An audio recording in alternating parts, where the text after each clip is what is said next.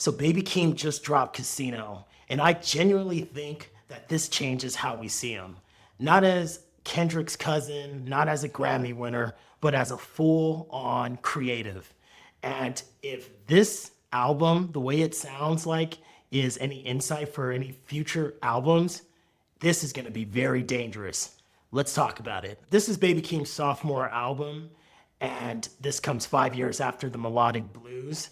The first album was more of a intro to the world, but this album definitely feels like an origin story, and I've liked it so far, and we're just gonna go track by track. The album opens up with No Security, and it's got this cinematic flow, this sample that's just solo, and Baby Keem is basically bringing us up to date for what's been going on over the last 5 years. It's got this Kanye tone, but bars on there are excellent. The next track we have is the title track, Casino, or what I would like to call Rockstar Made Part 2. It's got nothing but bravado on top of bravado, and it's got this dope beat switch in the middle of it that just has Keem just going off. One of my favorite tracks on the record. All right, so track 3, we've got Birds and the Bees, and this is classic Baby Keem. It's one of those records that I think people are gonna play before going on a trip.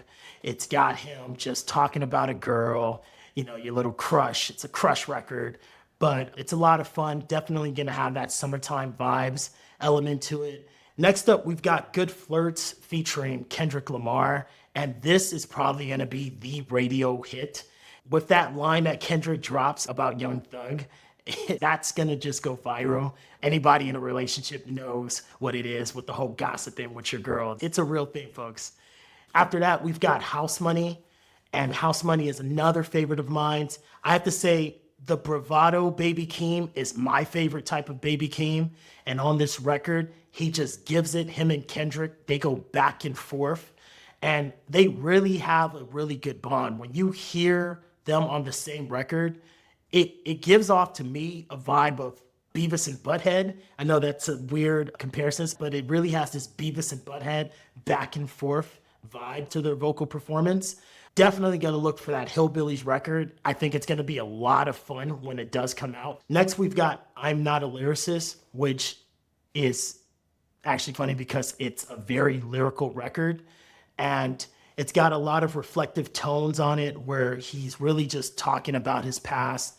And it's one of those records that I think it's gonna land well for certain people because there's such a PSA element to it with the whole foster care. So I really like this record in that sense where it's talking about something larger than just him. It's a message that can speak for a lot of people. Next up, we've got X Appeal featuring Too Short. This is definitely going to be the record that girls get ready to before they go out. Just one of those before the club records. A lot of fun. Too Short is always coming through doing his thing. So I think this is going to be a good club banger. After that, we've got Highway 95 Part 2. And this is a record where Baby Keem is talking about his past, talking about his upbringing. And the beat just sounds like this loop over and over. But as the beat is looping over and over, he's moving. It's almost like he's driving forward, but looking at his rearview mirror. And it has that kind of, I'm seeing the past, but I'm still gonna keep going. We've got the Circus Circus freestyle. And this record is like Baby Keem featuring Baby Keem. It's like a posse record of one. And I love this record. It's just so many different vocal performances. He's coming at you rapping fast, he's rapping slow, he's doing the high pitch, low pitch, slowing it down, Chief Keef type verses. Awesome record, and definitely one of my top 3 on the album.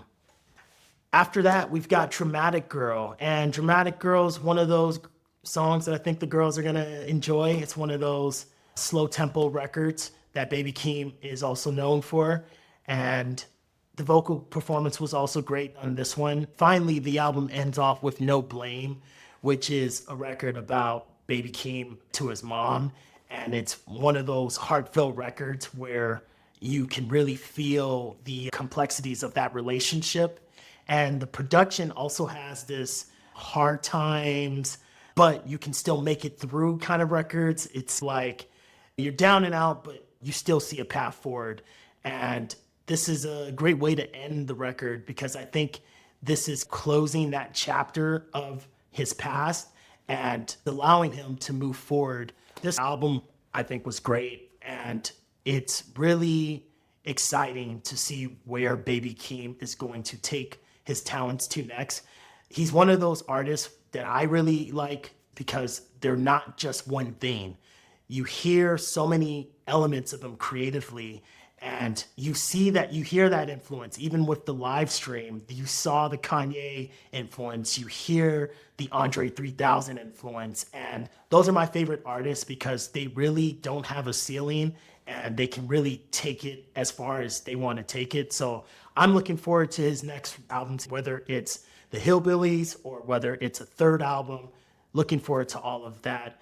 And if you like this review, make sure to check out the next review I have